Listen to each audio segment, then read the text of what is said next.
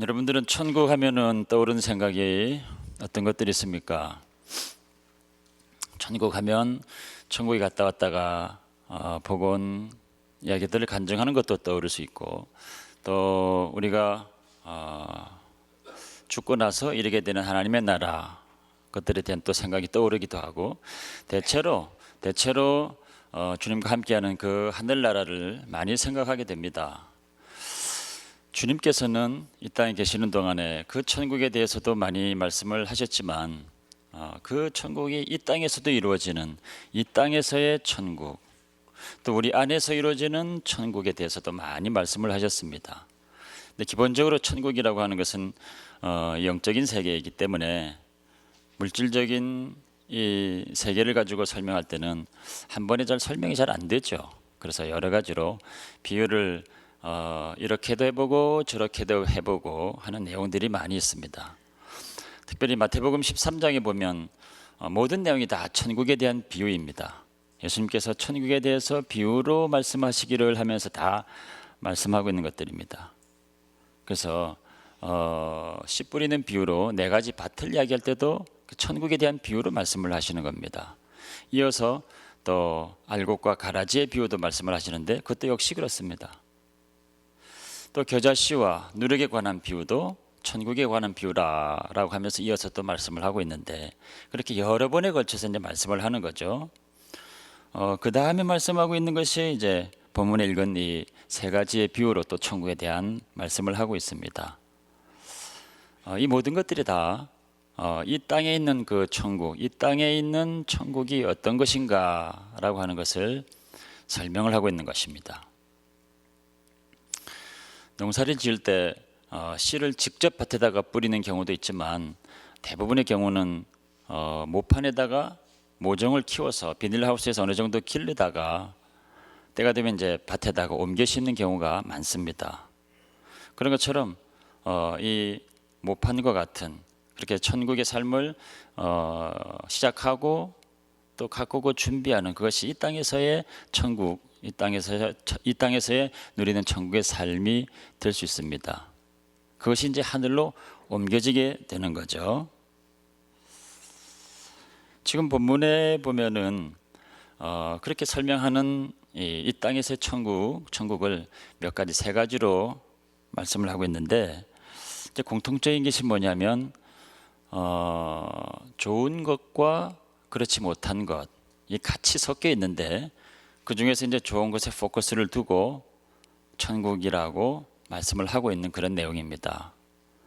그래서 밭에 감추인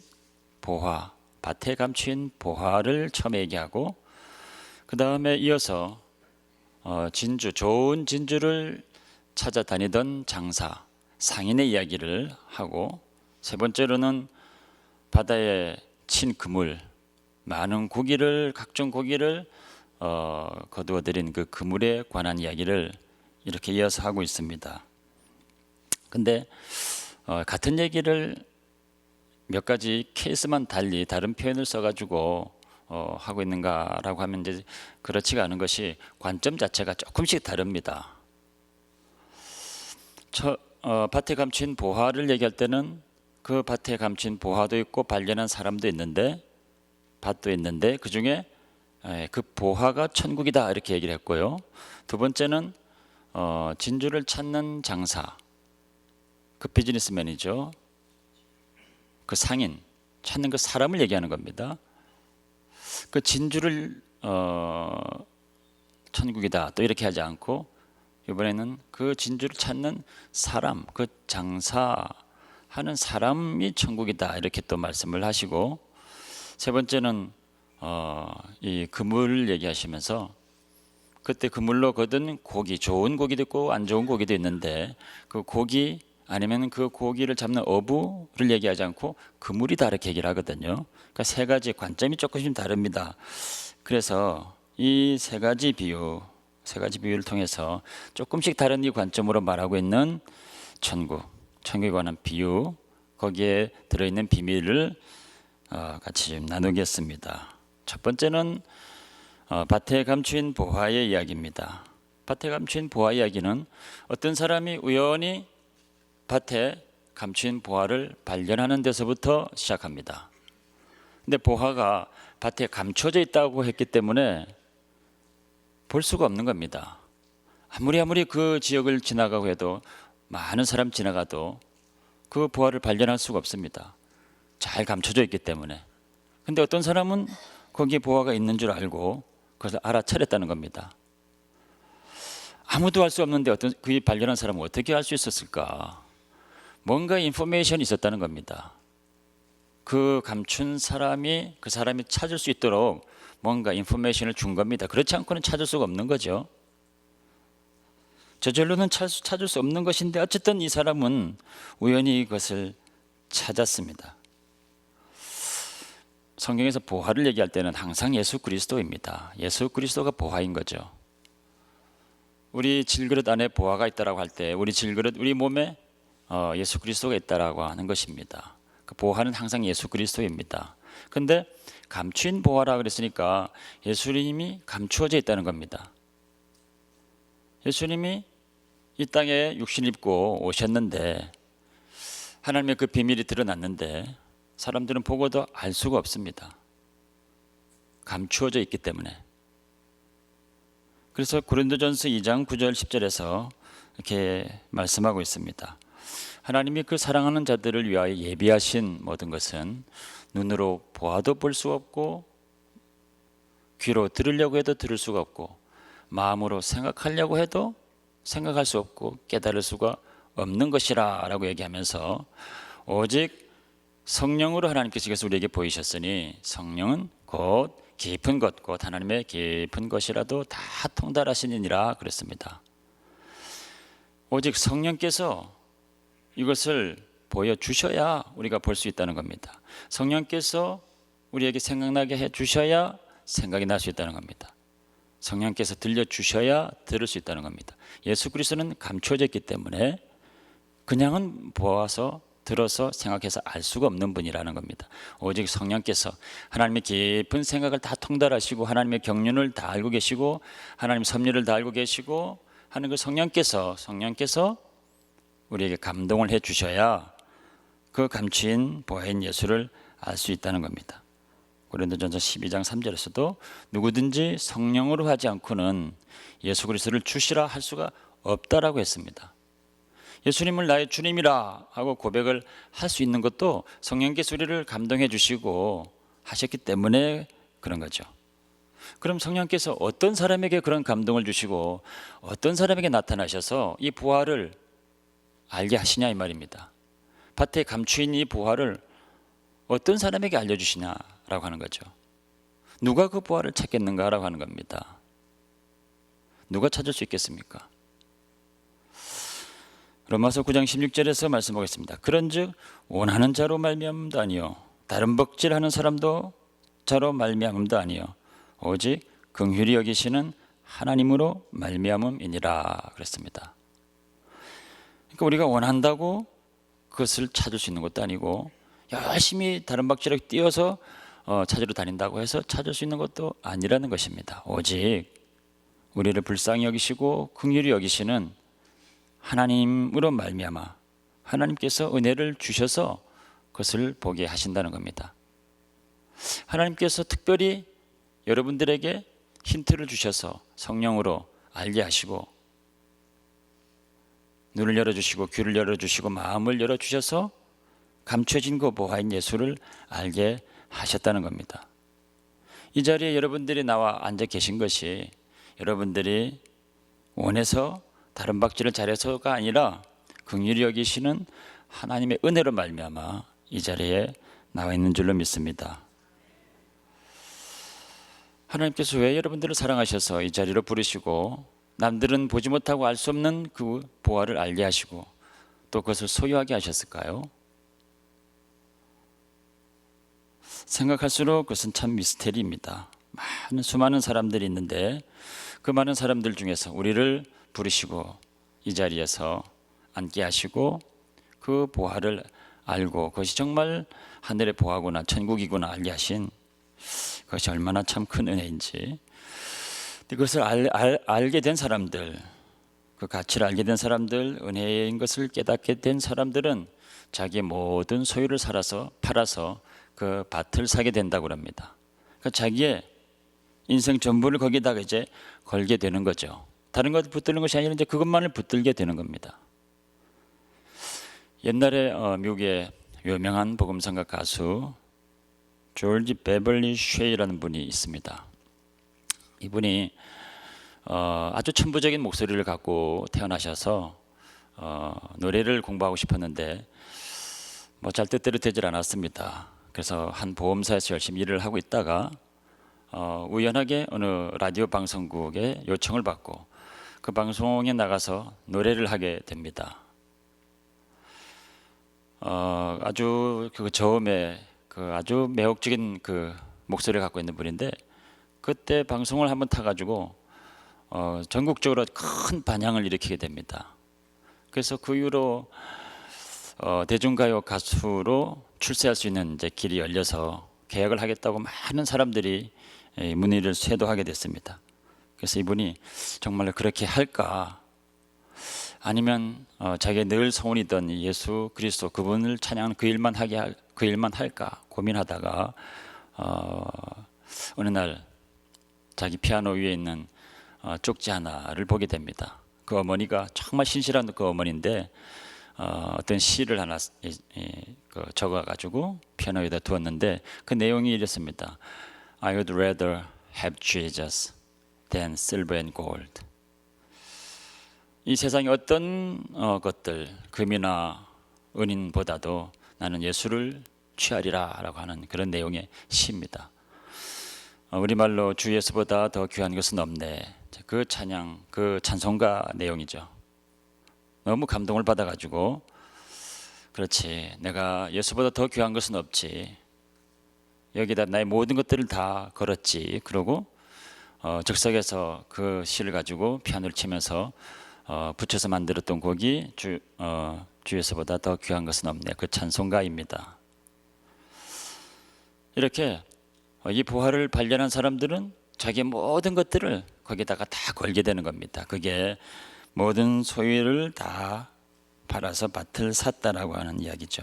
그래서 그 부활을 발견한 사람들은 주님이 나의 이제는 전부입니다라고 하는 고백을 하게 되는 것입니다. 이것이 이제 첫 번째 비밀입니다. 두 번째는 천국은 좋은 진주를 구하는 장사와 같다 그랬습니다. 이번에는 좋은 진주를 간절히 구하던 어떤 상인이 있었습니다. 평생 아주 좋은 진주를 갖고 싶다 하고 간절히 소원하던 이 사람이 극적으로 어느 가게에서 이 진주를 발견한 것입니다. 이 진주는 그동안 감춰졌던 것은 아니고 모든 사람들이 볼 수 있는 그 가게에 있었던 것인데 다른 사람들은 별 관심이 없으니까, 별 마음의 갈급함이 없으니까 못 알아본 겁니다. 근데 이 사람은 좋은 진주를 구하려고 그렇게 열망을 하고 간절한 마음으로 찾고 있던 사람이기 때문에 보니까 눈에 금방 탁 들어오게 된 거죠. 그래서 그 진주를 또 발견하고 자기 소유를 다 팔아서 진주를 또 사게 됩니다. 근데 주님께서는 그 진주를 구하는 그 사람과 같다. 그 사람이 천국이다. 이런 말씀을 두 번째로 하셨습니다. 어떤 사람이 정말 좋은 진주를 구해가지고 즐거워하고 있다가 바다에 가서 배를 타고 있다가 그만 실수로 그 진주를 빠뜨렸습니다. 그래가지고 야, 이 아까운 진주 이걸 꼭 찾아야 되는데 어떻게 할까 그러다가 바다 끝에 가서 바가지로 바닷물을 계속해서 퍼가지고 뒤로 계속 버렸습니다. 계속 바닷물을 바가지로 푸고 있으니까 지나가던 거북이가 보고 아니 당신 여기서 뭐 하는 거냐 물었습니다. 그래서 그 사람이 내가 값진 진주를 물에 빠뜨렸는데 이 바닷물 다 퍼내고 바닥에 있는 진주를 찾으려고 그런다. 그런 얘기를 하니까 이 거북이가 너무 감동받아가지고 그럼 내가 찾아줄게 하고 바닷속에 들어가서 진주를 찾아줬다는 이야기가 있습니다. 이 진주를 구하던 사람은 정말 그렇게 이 좋은 진주를 찾아야 되겠다는 간절한 그 사모함, 갈급함 그런 것들이 있었던 거죠. 그러니까 발견해가지고 너무 기뻐했다는 얘기인데 요한복음 3장과 4장을 쭉 읽어보게 되면 두 사람의 이야기가 아주 길게 나오고 있습니다. 두 사람의 전혀 서로 상관이 없어 보이는 두 사람의 이야기입니다. 3장에는 니고데모 이야기가 나오고 4장에는 사마리아 여인의 이야기가 나오고 있습니다. 똑같이 다 주님을 찾아가서 주님과 대화한 사람들입니다. 3장에 나온 니고데모는 유대인의 관원이라 해가지고 높은 지위에 있던 사람이고 바리새인이라 해서 열심히 신앙생활을 하고 있었던 사람입니다. 근데 주님께서 오셔서 많은 이적을 행하시고 또 놀라운 가르침을 전하고 하니까 이분은 분명히 하늘로부터 온 선지자일 거다, 하늘로부터 온 선생일 거다 하고 그분을 만나러 밤에 찾아갑니다. 찾아가서 여러 가지를 묻습니다. 그때 예수님께서 너는 거듭나야 되겠다 이렇게 말씀하시니까 니고데모가 어떻게 거듭납니까? 거듭난다는 게 뭡니까? 사람 뱃속에 다시 들어갔다 나온다는 겁니까? 뭡니까 도대체? 그러니까 주님께서는 또 이런저런 얘기를 하시다가 나중에는 이런 말씀을 하시죠. 니고데모가 잘 이해를 못하니까 네가 땅의 일을 말해도 잘 알아듣지 못하는데 하늘의 일을 말하면 어떻게 알아듣겠느냐. 주님도 갑갑해서 그냥 그렇게 말씀을 하시죠. 니고데모도 주님의 말씀을 듣고서 그냥 근심하면서 그냥 돌아갔습니다. 예수님이 누군지를 모른 채로 그냥 그 밤에 안타깝게 그냥 돌아갑니다. 그 값진 진주가 거기 앞에 있는데 보고도 알아보지 못하고 돌아간 이야기가 3장의 이야기라고 한다면 4장의 사마리아 여인은 또 전혀 다른 이야기입니다. 이 여인은 너무너무 갈급한 심령을 가지고 있었던 여인입니다. 남편이 또 여럿이 되어서 가정적으로 불행한 많은 일들도 있고 했지만 그러나 정말 이 여인의 그 스토리는 정말 그리스도를 사모하고 또 예배를 사모하고 은혜를 사모하고 천국을 사모하던 그런 여인이었습니다. 근데 예수님과 대화하다 보니까 이분이 보통 분이 아니구나 하는 걸 깨닫고 주님은 당신은 선지자군요 라고 하면서 정말 자기 마음속 깊은 곳에 있었던 이야기들을 꺼내게 됩니다. 그럼 예배는 어디서 봐야 되나요?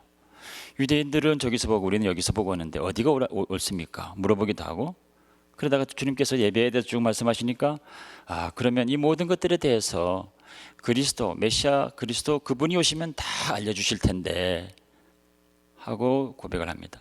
그러니까 이 여인은 주님을 간절히 기다리고 있었던 사람이다라고 하는 겁니다. 좋은 진주를 찾으려고 기다리고 노력하고 방황하던 여인이다라고 하는 거죠.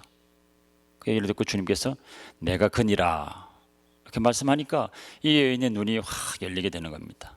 영안이 열리게 되고 마음이 열리게 되고 그래서 그 즉시로 주님을 알아보고 아멘 하고 마음에 받아들이고 물동이를 다 팽개치고는 마을로 가서 그 예수가 그리스도라고 증거하게 됩니다. 이 여인이 바로 좋은 진주를 오랜 동안 찾아 헤맸던 바로 그런 사람입니다. 갈급한 심령이고 가난한 심령입니다.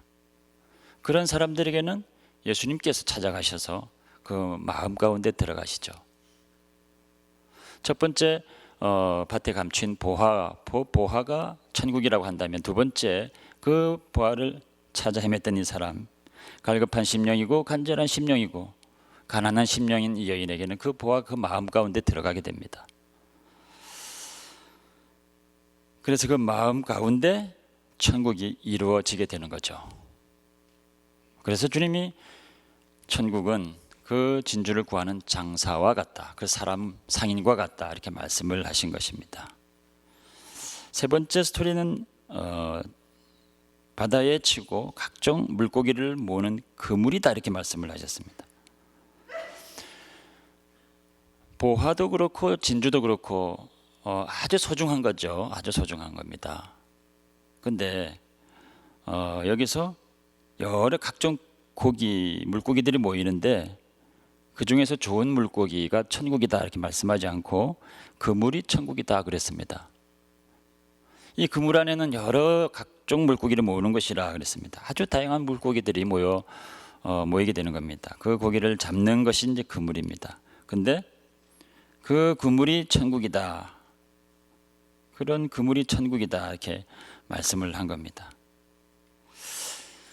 이런 고기들을 다 모으는 것, 마음에 이 천국이 이루어진 사람들을 모으는 것, 또 그런 소망 있는 사람들을 모으는 것, 또 그렇게 되어야 될 사람들을 모으는 것 어디겠습니까? 교회이죠. 이 그물은 곧 교회를 말하는 것입니다. 그러니까 교회가 천국이다 이렇게 말씀하고 있는 겁니다. 근데 이 교회, 이 그물은 여러 다양한 물고기들을 다 모으는데 심지어는 나중에 보면은 내다 버리는 고기까지도 이 그물 안에 다 있게 됩니다. 그러니까 나중에 뭐 심판할 때는 어떤 일이 벌어질지 모르지만 모든 사람이 다 올 수 있는 것이 교회가 되어야 되는 것입니다. 부자나 가난한 자나 건강한 자나 아픈 자나 형통한 자나 또 상처받은 자나 죄인들이나 모든 사람들이 다 모일 수 있는, 그래서 다윗이 피신했던 아들람 동굴에는 환난당한 자, 빚진 자, 마음이 원통한 자들이 다 모여들었다고 그랬습니다. 그게 이제 교회의 모습이죠. 교회는 그런 물고기들이 다 모이는 곳입니다. 그랬다가 이 그물을 들어 올리기 전까지 그 교회에서 그런 고기들이 어울려서 그 물, 하나님의 말씀인 그 물을 먹고 있는 중에 변화가 되어서 다 좋은 고기로 변화가 되고 바뀌어지게 되고 또 기뻐하는 그런 고기로 되어지는 것입니다. 근데 그 그물은 그렇게 천국을 마음에 품고 갈급한 심령을 가진 자들이 천국의 마음을 품고 마음 가운데 천국을 이룬 자들이 모여서 서로 연결해서 사랑으로 다 연결하게 되면 그것이 이제 그물이 되는 것입니다. 그물이 만약에 어디가 찢어지거나 그 연결된 부분이 연결이 잘 안 되거나 아니면 그물이 너무 이렇게 엉성하게 되면 뭐 몰려온 고기조차도 다 나가버리지 않겠습니까? 그러나 사랑으로 주님의 평강으로 그런 그물들이 촘촘히 연결되게 된다면 구역으로 온 고기들도 잘 키워서 변화되게 될 것이고 또 선교회로 들어오게 된 고기들도 또 은혜 가운데 잘 변화되어서 좋은 고기가 될 것이고 우리 임마누엘 선교교회 이 그물에 들어온 그 고기들도 그렇게 될 것입니다. 모든 사람들이 여기 계신 모든 분들이 그와 같은 천국을 소유한 분들이라면 서로 연결되어서 그물을 만드셔야 됩니다. 서로 연결된 만큼이 교회이고 연결돼서 그물이 된 만큼이 천국이 되는 것입니다. 하나님의 그 천국, 하나님의 천국은 이 땅에서 예수 그리스도를 통해서 나타나고 그것이 갈급한 심령, 가난한 심령들 가운데 들어가서 그런 사람들이 그 천국을 이루게 되고 그 사람들이 사랑으로 연결하게 되어서 연결해서 교회를 이루게 되면 바로 그것이 또 이 천국의 모습이 되는 것입니다. 우리 교회도 정말 이 땅에 있는 하늘의 신령한 그런 천국의 모습이 그대로 재현되어서 많은 고기들이 특별히 약하고 또 상처받고 힘들고 어렵고 하는 그런 고기들이 다 나와서 은혜로 하나님의 말씀의 그 물을 다 먹고서 건강한 고기로 또 주님이 사랑하시는 좋은 고기로 다 변화되어서 그 천국의 창고에 알곡으로 다 채워지는 그런 교회가 될 수 있기를 주의 이름으로 축원합니다. 할렐루야. 좋으신 우리 하나님 아버지 은혜를 감사하고 감사합니다. 천국이 저 먼 하늘에만 있는 줄 알았는데 이 땅에 우리 눈에 보이는 이곳에서부터 시작되고 있다고 하는 사실을 깨달았사오니 먼저는 주님에게서 우리가 천국을 보게 하시고 갈급한 심령, 가난한 심령이 되어서 그 천국을 마음 가운데 소유하게 하셔서 우리 마음 가운데 천국을 이루게 하시고 그런 사람들이 손에 손을 잡고 사랑으로 연결되어서 사랑의 그물을 만들어 이 교회가 정말 천국 같은 교회를 세워갈 수 있도록 인도하여 주옵소서. 예수님 이름으로 기도합니다. 아멘.